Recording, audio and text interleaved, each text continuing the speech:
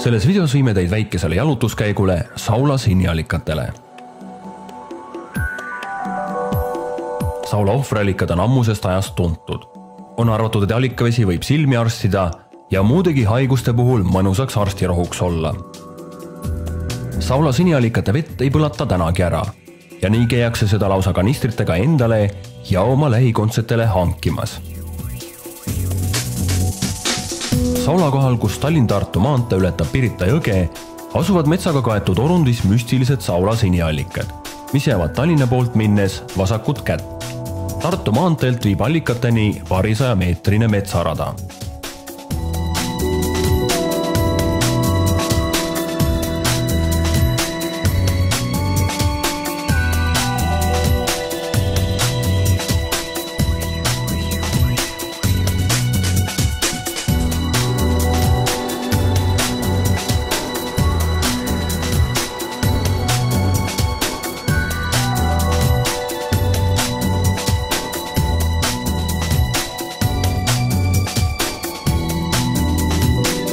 Lisaks allikatele asub Saulas ka muinasasula koht, mille vanimad leiud pärinevad meie ajaarvamise eelsest esimesest aastatuhandest.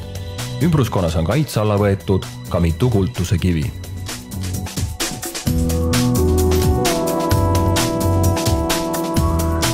Allikaid on 3.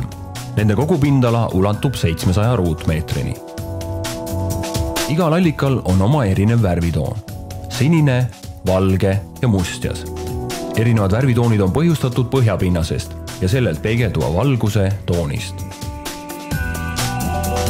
Kevadel võib kaunist vaadet mõnevõrra häirida puudelt veepinnale sattuv rohke õietolm. Saula siniallikad on tõusuallikad. Allikate põhjas on vee ülekeemise kohad ehk grifoonid.